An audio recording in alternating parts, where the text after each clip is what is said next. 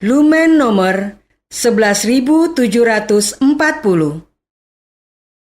26 September 2024.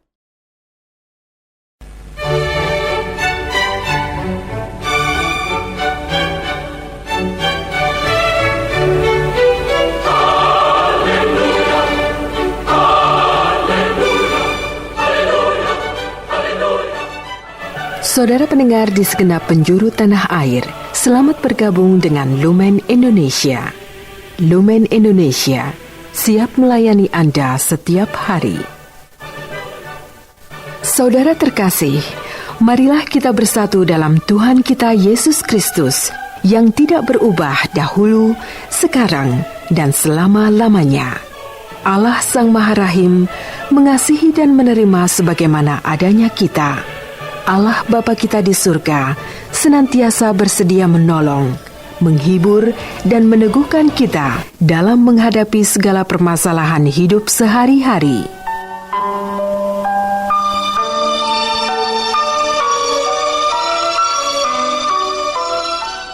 Saudara-saudari, marilah kita mendengarkan renungan dengan judul Siapa Gerangan Dia?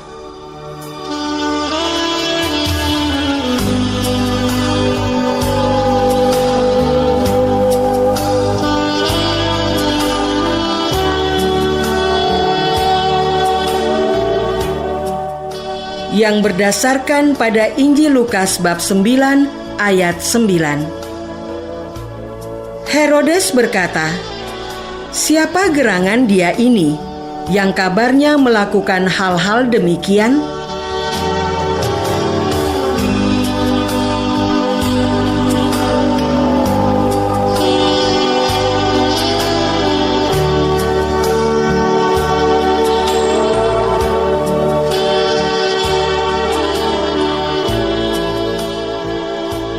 Dalam nama Bapa dan Putra dan Roh Kudus.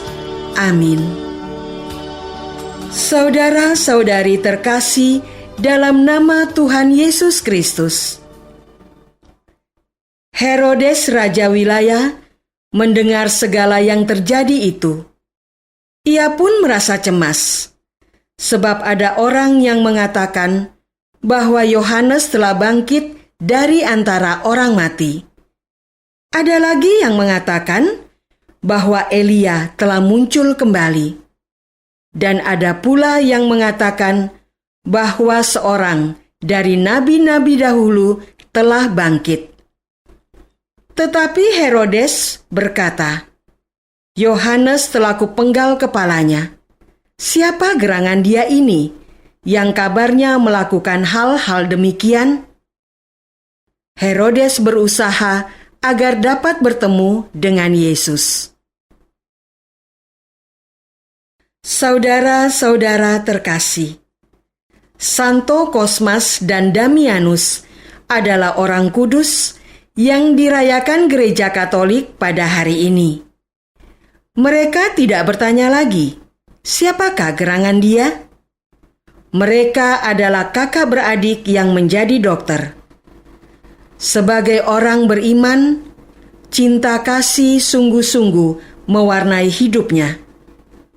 Mereka mengabdikan kepandaian dan ilmunya guna menolong orang-orang sakit tanpa memungut bayaran. Ketika mengobati orang sakit, mereka juga mewartakan Injil Kristus.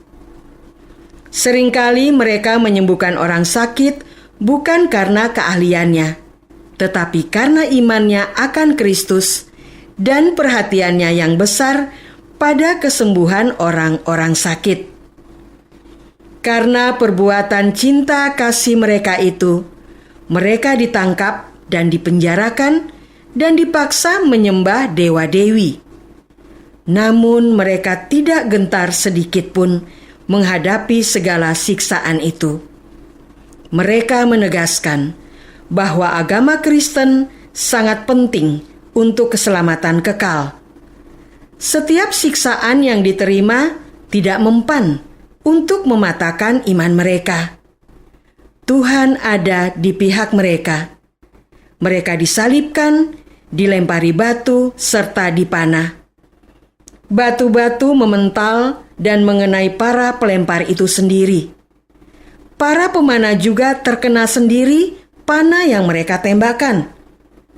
Sesudah kematian mereka, banyak terjadi mujizat penyembuhan. Sebuah gereja besar didirikan di Konstantinopel dan Roma untuk menghormati mereka. Nama kedua orang kudus itu dimasukkan dalam doa syukur agung. Para dokter menghormati dan menjadikan mereka pelindung para dokter dan alat-alat kedokteran. Kosmas dan Damianus beriman kepada siapa yang wafat di kayu salib demi penebusan manusia dari dosa-dosa. Kasih itulah yang mereka bagikan kepada para penderita sakit.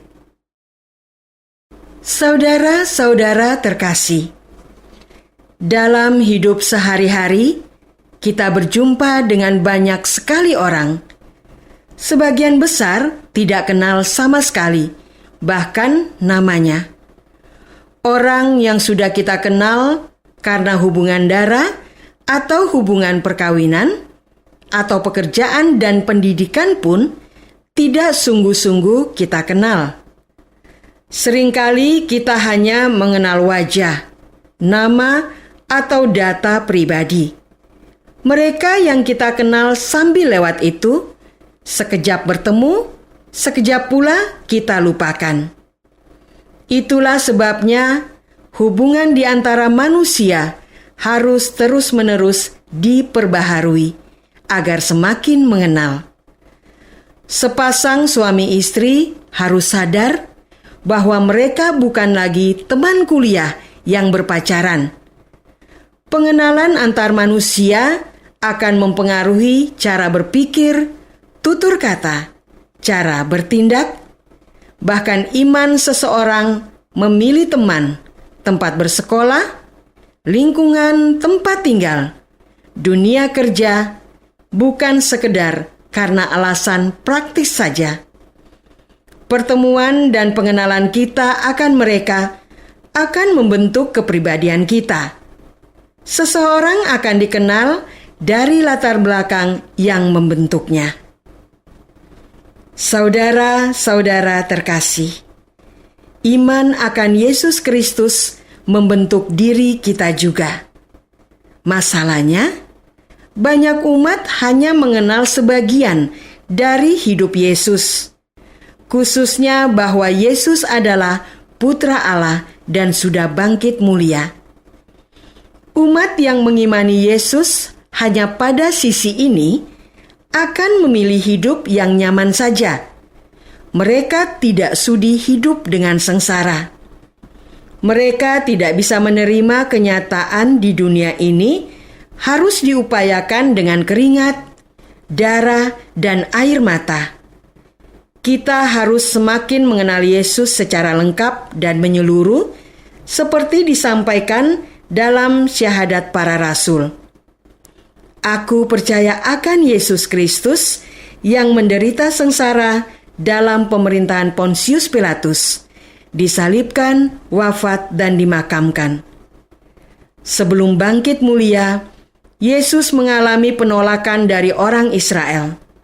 Kesengsaraan ketika melewati jalan salib, wafat di kayu salib, dan dimakamkan di kuburan di mana manusia pada umumnya juga dimakamkan. Kealahan Yesus diterima dalam kesatuan iman akan kemanusiaan Yesus. Kemuliaan Yesus harus menjadi satu keutuhan dengan kesengsaraan Yesus. Jika kita mengenal Yesus secara lengkap, hidup kita pun akan meneladan hidup Yesus. Kekatolikan kita tidak terletak pada kemuliaan hidup kita di dunia, tetapi juga salib yang kita panggul dalam hidup sehari-hari.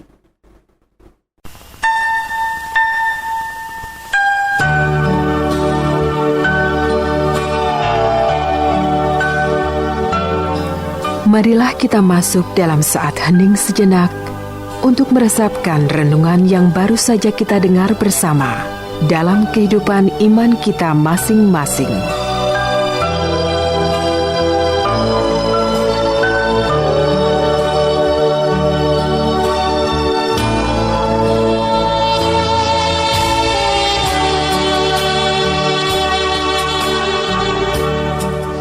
Apakah kita sudah mengenal Yesus? Apakah kita sudah mengenal Yesus yang sengsara dan mulia?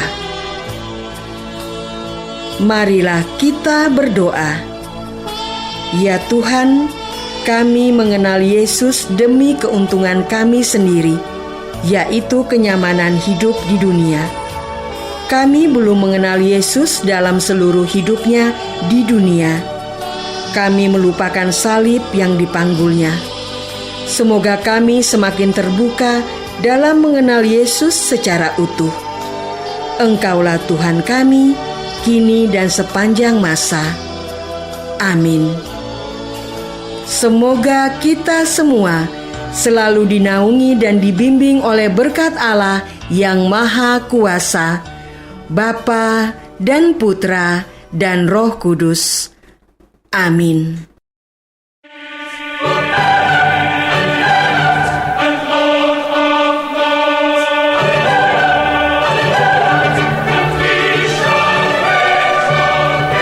Dengan penuh kasih dan sukacita, Lumen Indonesia mengundang saudara-saudara seiman di segenap penjuru tanah air.